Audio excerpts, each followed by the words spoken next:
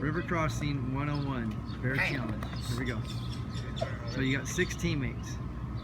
You got 6 lily pads. 1 foot must be on the shore, that's that white line, and 1 foot must be on the lily pad at all times.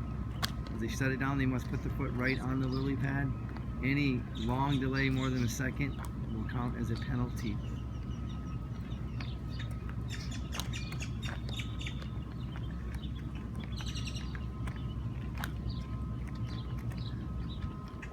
Again, you must have 1 foot on both shorelines until it's time to exit.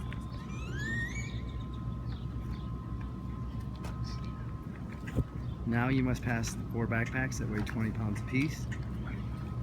If anything touches the ground, if it's dropped, its penalty is added to the time.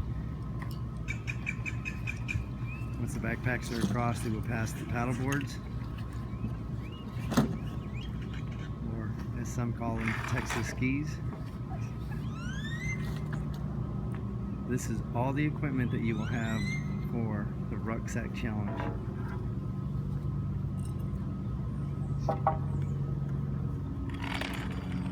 Stretcher, it can either be open or closed. When exiting, somebody has to have 1 foot on the shore as they exit.